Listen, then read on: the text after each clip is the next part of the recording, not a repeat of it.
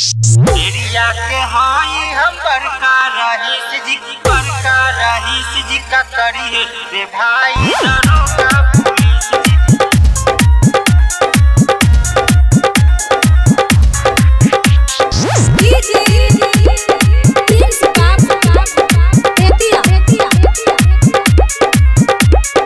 हई हम सुन भाई बड़ा रंगदार हो, जनता हमनी के जिला आजवार हो।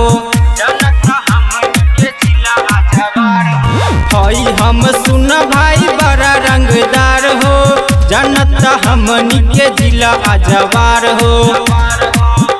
सब कापे लगी देखी हमर खीस जी, एरिया के हई हम बड़का रहीस जी का करी है रे भाई दरोगा पुलिस जी। एरिया के हई हम बड़का रहीस जी का करी है रे भाई दरोगा पुलिस जी।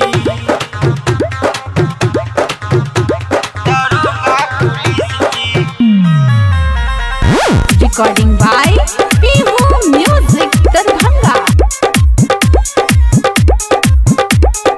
मानली न हम कोनो कानून कायदा, जज वकीलो न बोले ला ज्यादा। मानली न हम कोनो कानून कायदा, जज वकीलो न बोले ला ज्यादा। जहाँ तहाँ करली हम गर्दिश जी, एरिया के हई हम बड़का रहीस जी का करी है रे भाई दरोगा पुलिस जी। एरिया के हई हम बड़का रहीस जी का करी है रे भाई दरोगा पुलिस जी।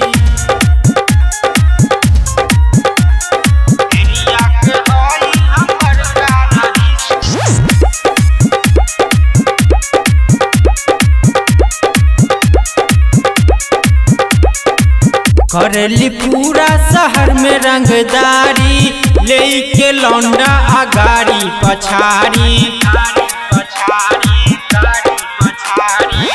करली पूरा शहर में रंगदारी, लेके लौंडा आगाड़ी पछाड़ी। देख देवे लगे सब केहू पीस जी, एरिया के हई हम बड़का रहीस जी का करी है रे भाई दरोगा पुलिस जी। एरिया के हई हम बड़का रहीस जी का करी है रे भाई दरोगा पुलिस जी।